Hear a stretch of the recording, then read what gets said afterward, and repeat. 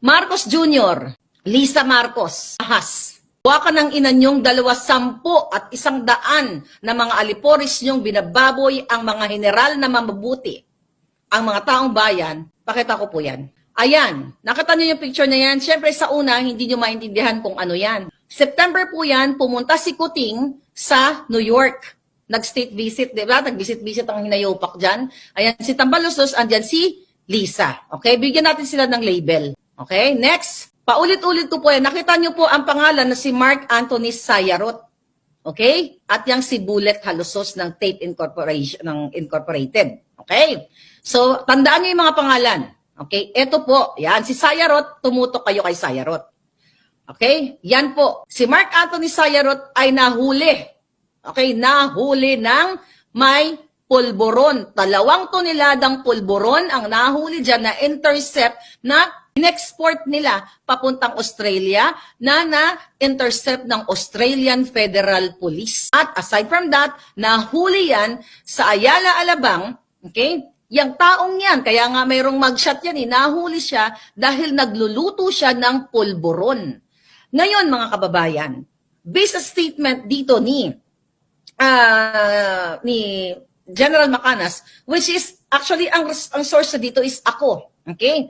Mga palangga, ano ang ginagawa ng buwaka ng inang Speaker of the House, ni Kuting Jr. at ng First Lady Ahas? Okay, huwag mo na, hayaan mo na muna yan si Halusos. Okay? Kasi si Halusos, siya yung kaya nandiyan si Halusos. Si Halusos po ang nag-drive kay Mark Anthony Sayarot nung gabi na hinuli sila ng grupo ng mga pulis.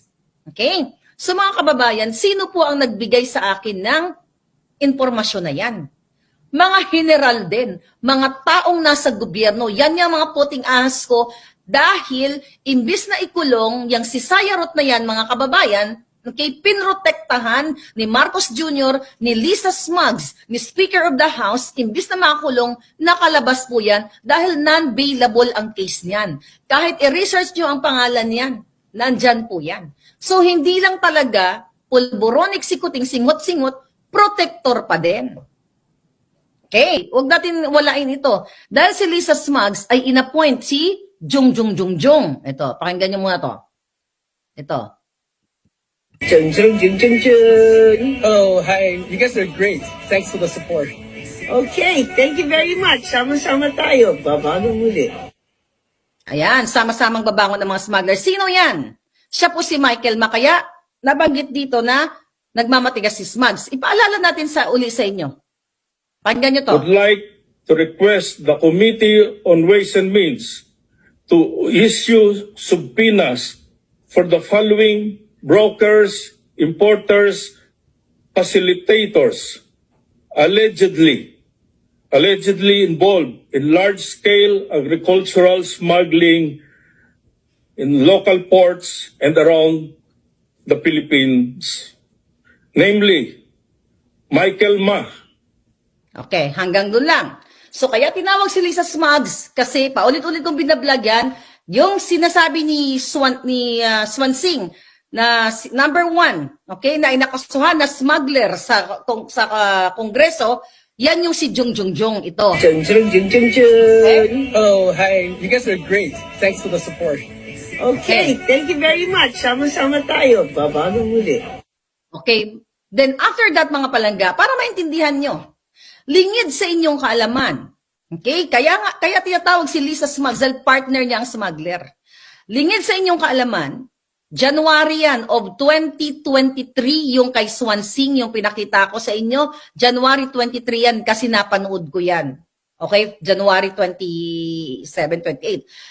After that, na inireport ko sa inyo, hindi na muling pinatawag si Michael Ma sa Kongreso. Kasi nga, ang protector niya... Oh, hi. You guys are great. Thanks for the support.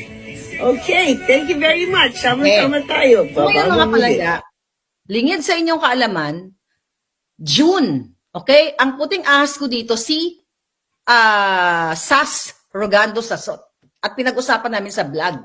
Lingid sa kaalaman ng taong bayan, kahit ito ay may hinaharap na smuggling case at hindi pinag-report sa Congress, inappoint ng buwaka ng inang Lisa at Kuting Jr. as Special Envoy to China. Ito po. Special Envoy of the President to China, Mr. Michael Ma.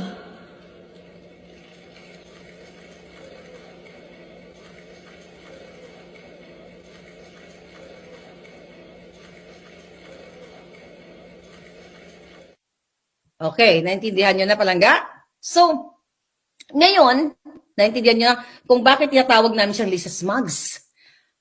Yung mapakita ko lang video na inappoint si Michael Ma na Special Envoy to China.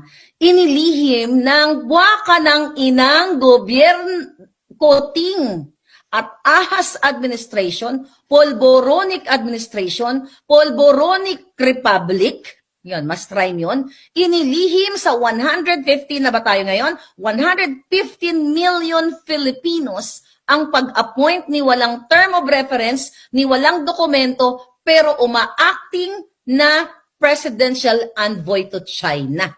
That's why si Lisa Smugs ay pinatawag naming Lisa Smugs, short for smuggler.